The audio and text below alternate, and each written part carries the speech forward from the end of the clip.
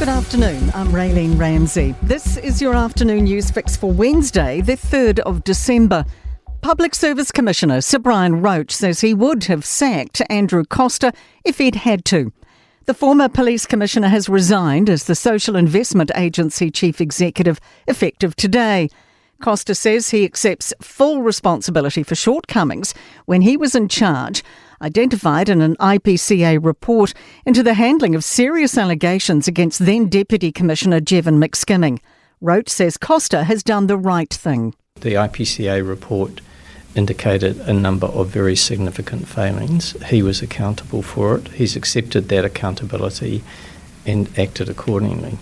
Chris Luxon says the Trump administration's concerns about trade with New Zealand are misplaced, but he doesn't expect much will change. Business, trade and policy leaders are gathered at the US Business Summit in Auckland. The Prime Minister says the government's focused on deepening our bilateral relationship is essential to our economic prosperity. He says the White House understands the balance of trade hangs in its favour. They so often tell us that they think of us as one of the good guys, but at the same time, we are incredibly realistic and expect tariffs to persist going forward. Catastrophic flooding and landslides after monsoon rain have killed more than 1,300 people in Indonesia, Sri Lanka, Thailand and Malaysia. Nearly 1,000 are still missing.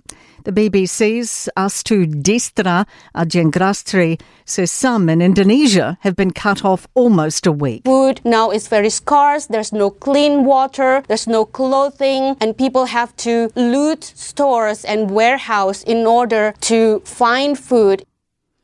A young man stabbed many times in central Wellington on early Sunday is lucky to be alive. Police say he sustained numerous wounds to his arm and back in a car park between Wakefield and Tory Streets.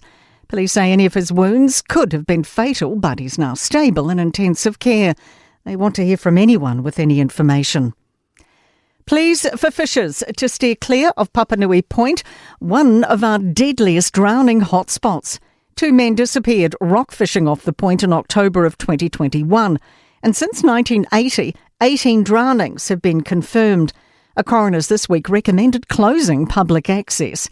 Water Safety NZ's Glenn Scanlon says their priority is prevention. First port of call for us is really giving people the information and knowledge they need to be safe. And first of all, that is don't fish there. And second, wear a life jacket. Met Service can't confirm whether extreme winds that tore through Manawatu's Dudding Lake motor camp can be called a tornado. 2 motorhomes were overturned and 1 person's been taken to Whanganui Hospital with moderate injuries. Fire and Emergency says trees and power lines are also down in the area. Met Service meteorologist Michael Pawley says its radars aren't close enough to determine whether the wind has a spin to it. Based on the weather that's happening there today, it is reasonable that a small tornado could have appeared. And PowerCo shows that some properties have lost power in the Bulls region. To sport. Leading sports administrator Gary Dawson believes Netball New Zealand is letting its grassroots community down with issues around TV rights, the pared-down ANZ Premiership and the Dame Nolene Taurua coaching drama.